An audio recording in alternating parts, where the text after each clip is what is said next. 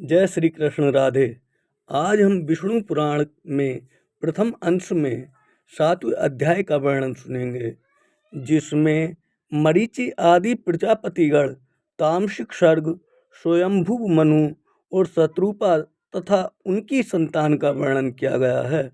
श्री पराशर जी बोले, फिर उन प्रजापति के ध्यान करने पर उनके देह स्वरूप भूतों से उत्पन्न हुए शरीर और इंद्रियों के सहित मानस प्रजा उत्पन्न हुई।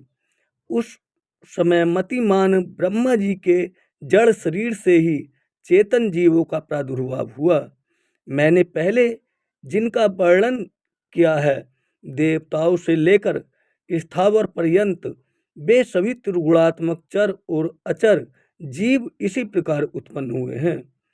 जब महाबुद्धिमान प्रजापति की वह प्रजा पुत्र पौत्रादि क्रम से और न बढ़ी, तब उन्होंने भृगु, पुलत्स्य, पुलह, क्रतु, अंगिरा, मरीचि, दक्ष, अत्रि और वशिष्ठ इन अपने ही सदृश्य अन्य मानस पुत्रों की सृष्टि की। पुराणों में ये 9 ब्रह्मा माने गए हैं।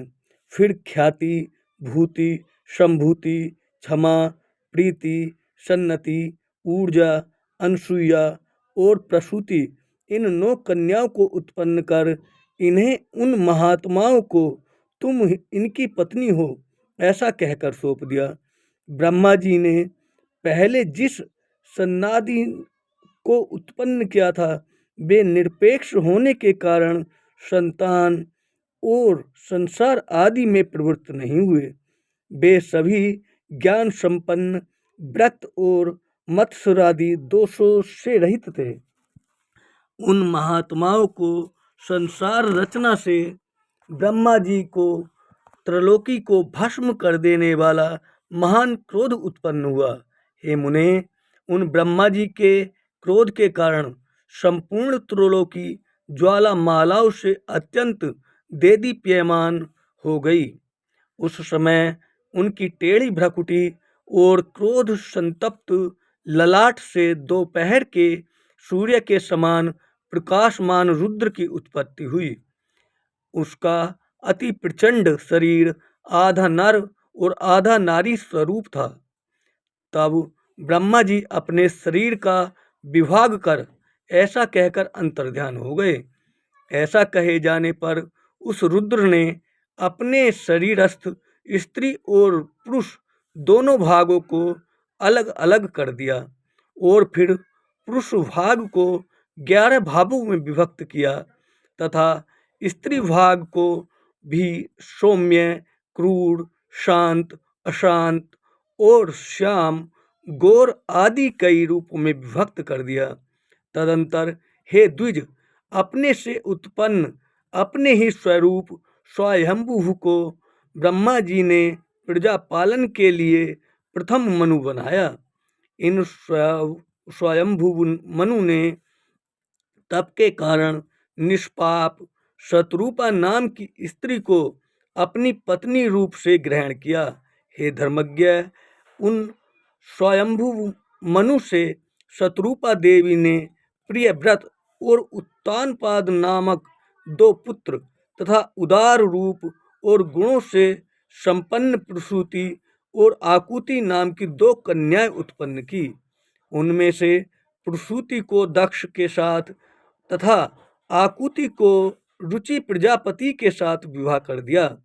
हे महाभाग, रुचि प्रजापति ने उसे ग्रहण कर लिया। तब उन दंपति के यज्ञ और दक्षिणा ये युगल संतान उत्पन्न हुई। यज्ञ के दक्षिणा से 12 पुत्र हुए, जो स्वयंभू मनवंतर में याम नाम के देवता कहलाए, तथा दक्ष ने प्रसूति से 24 कन्याएं उत्पन्न की। मुझसे उनके शुभ नाम सुनो: श्रद्धा, लक्ष्मी, धृति, तुष्टि, मेधा, पुष्टि, क्रिया, बुद्धि, लज्जा, वपु, शांति, सिद्धि और 13वीं कीर्ति। इन दक्ष कन्याओं को धर्म ने पत्नी रूप से ग्रहण किया। इससे छोटी शेष 11 कन्याएं ख्याति, सति, संभूति, स्मृति, प्रीति, क्षमा, संतति, अनसूया, ऊर्जा, स्वाहा और स्वाधा थीं।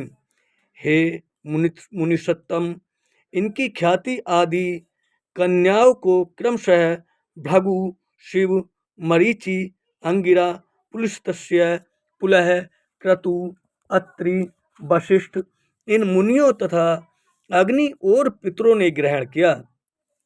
श्रद्धा से काम चला, से दर्प, धृति से नियम, तुष्टि से संतोष और पुष्टि से लोभ की उत्पत्ति हुई तथा मेधा से श्रुत, क्रिया से दंड, नय और विनय, बुद्धि से बोध, लज्जा से विनय, बपु से उनका पुत्र व्यवसाय, शांति से क्षेम, सिद्धि से सुख और कीर्ति से यश का जन्म हुआ। ये ही धर्म के पुत्र हैं। रति ने काम से धर्म के पौत्र हर्ष को उत्पन्न किया। अधर्म की स्त्री हिंसा थी, उससे अनृत नामक पुत्र और नृकृति नामक की कन्या उत्पन्न हुई। उन दोनों से भय और नरक नाम के पुत्र और उनकी पत्नियां माया और वेदना नाम की कन्याएं हुईं। उनमें से माया ने समस्त प्राणियों का संहार करता मृत्यु नामक पुत्र उत्पन्न किया। वेदना ने भी रौरव के द्वारा अपने पुत्र दुख को उत्पन्न किया और मृत्यु से व्याधि, जरा, शोक, तृष्णा और क्रोध की उत्पत्ति हुई। ये सब अधर्म रूप से हैं और दुखोत्तर नाम से प्रसिद्ध हैं। इनके न कोई स्त्री है और न संतान। ये सब उधर्व रेता हैं। हे मुनि कुमार, ये भगवान विष्णु के बड़े भयंकर रूप हैं और ये ही संसार के नित्य प्रलय के कारण होते हैं। हे महाभाग, दक्ष, मरीचि, अत्रि और भृगु आदि प्रजापतिगण इन जगत के नित्य सर्ग के कारण हैं तथा मनु और मनु के पराक्रमी, सन्मार्ग परायण और सूरवीर पुत्र राजागण इस संसार की नित्य स्थिति के कारण हैं। श्री मैत्रेय जी बोले, हे ब्रह्मन, आपने जो नित्य स्थिति, नित्य सर्ग और नित्य प्रलय का उल्लेख किया है, सो कृपा करके मुझसे इसका स्वरूप वर्णन कीजिए। श्री पराशर जी बोले, जिनकी गति कहीं नहीं रुकती, वे अचिंतन्यात्मक सर्वव्यापक भगवान मधुसूदन निरंतर इन मनु आदि रूपों से संसार की उत्पत्ति, स्थिति और नाश करते रहते हैं। हे द्विज, समस्त भूतों का 4 प्रकार का प्रलय है, नैमित्तिक, प्राकृतिक, आत्यंतिक और नित्य। उनमें से नैमित्तिक प्रलय ही ब्रह्म प्रलय है, जिसमें जगतपति ब्रह्मा जी कल्पांत में शयन करते हैं तथा प्राकृतिक प्रलय में ब्रह्मांड प्रकृति में लीन हो जाता है।